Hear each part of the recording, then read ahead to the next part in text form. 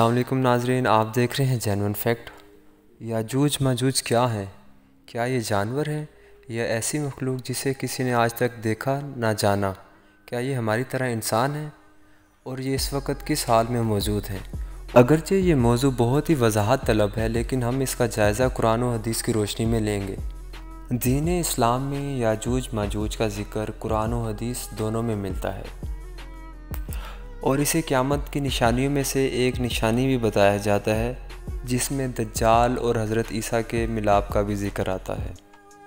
दोस्तों, हज़ूर अकरम सल्लल्लाहु अलैहि वसल्लम के दौर में एक यहूदी इंसान के पास गया और उनसे जाके दरियाफ़्त किया कि आप अपने प्यारे महबूब हज़रत मोहम्मद मुस्तफ़ा सल्लल्लाहु अलैहि वसल्लम से ऐसे क्या सवालात पूछेंगे जिससे आपको अंदाज़ा हो जाए कि वो अल्लाह के आखिरी नबी। वो कौन सा शख्स है जो दुनिया के 3 कोनों तक गया है? सवाल नंबर 2, असहाबे कहाफ कौन है? सवाल नंबर 3, रूह क्या है?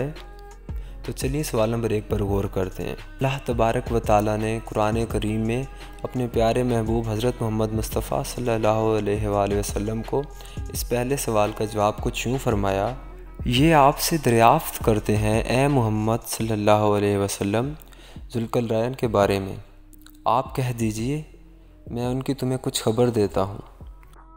ज़ुल्करनैन के बारे में सबसे ज़्यादा तहकीक करने वाले पहले शख्स मौलाना अब्दुल कलाम थे। इनके मुताबिक ज़ुल्करनैन 580 क़ब्ल मसीह में पैदा होने वाले एक ईरानी बादशाह थे, जिन्हें यूनानी साइरस द ग्रेट और ईरानी कोरश कबीर के नाम से जाना जाता है। ज़ुल्करनैन के लफ्ज़ी मानी हैं 2 सींग वाला। ये 2 सींग दर हकीकत इन्हें अतात की गई 2 सल्तनत के बारे में बताते हैं, जिसका नाम है मीदिया और पारसा। ज़ुल्करनैन का मकबरा खोदा गया तो इसमें 3 सींगों वाला एक मुजस्समा भी पाया गया। इन 3 सींगों पर दुनिया के 3 हिस्से नुमाया हैं जहाँ ज़ुल्करनैन गए और उन्होंने उसको फ़तह किया, जिसमें से पहला हिस्सा ईरान, अफ़गानिस्तान और बलूचिस्तान था, जबकि दूसरा हिस्सा आर्मीनिया, आसीरिया और तुर्की का हिस्सा था, जबकि तीसरा हिस्सा इराक़ का इलाका है। लेकिन हैरत की बात यह है कि यहूदी ज़ुल्करनैन को कैसे जानते थे? इस बात को जानने के लिए हमें 586 क़ब्ल मसीह बाबुल में जाना पड़ेगा। बाबुल उस वक्त की सबसे ताकतवर कौम समझी जाती थी। बाबुल के बादशाह ने यरूशलेम पर हमला किया और फर्स्ट टेंपल को तबाह कर दिया और वहाँ मौजूद तमाम यहूदी आबादी को ग़ुलाम बनाकर बाबुल में ले आया। 545 क़ब्ल मसीह में ज़ुल्करनैन ने आसानी से बाबुल को शिकस्त देकर अपना ग़ुलाम बना लिया।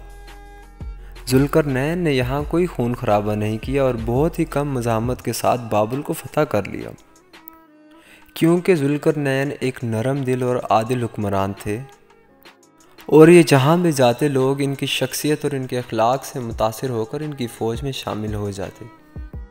बाबुल पर कब्ज़े के बाद ज़ुल्करनैन ने अपने मशहूर ज़माना फरमान को जारी किया, जो कि आने वाली नस्लों के लिए सबसे पहला कानूनी आइन बना, जिसकी नकूल आज भी यूनाइटेड नेशन की बिल्डिंग और ब्रिटिश म्यूज़ियम में मौजूद है।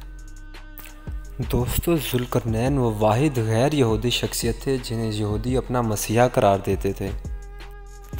इनकी हुकूमत मौजूदा दौर के पाकिस्तान, ईरान और अफ़गानिस्तान की साहली सरहदों तक पहुंची हुई थी। अल्लाह तबारक व तआला ने ज़ुल्करनैन और याजूज माजूज की मुलाकात को कुरान करीम में कुछ इस तरह से इरशाद फरमाया है, वो एक राह के पीछे लगा। उलमा कराम के मुताबिक इस आयत के मुताबिक ज़ुल्करनैन एक सफ़र पर निकलते हैं जहां वो ऐसे इलाके में पहुंच जाते हैं जहां सिर्फ़ और सिर्फ एक ही सिमत में आगे बढ़ना मुमकिन है। मज़ीद अल्लाह तबारक व तआला ने कुरान करीम में इरशाद फरमाया, यहाँ तक कि वह सूरज के डूबने की जगह तक पहुँच गया और उसे एक कीचड़ नुमा चश्मे में गुरूब होता पाया और उसके पास एक कौम को भी पाया। अल्लाह ने कहा, ए ज़ुल्करनैन, या तुम इनको सज़ा दो या तो इनके लिए कोई बेहतर रोश इख्तियार करो। आयत मुबारका में जगह जगह पर अलामती इशारात मौजूद हैं جنہیں سمجھنے کے لیے تاریخ کو ڈھنڈولنا بہت ہی لازم ہے۔ ناظرین، آپ نے سنا ہی ہوگا کہ یاجوج ماجوج ایک دیوار کے پیچھے موجود ہیں۔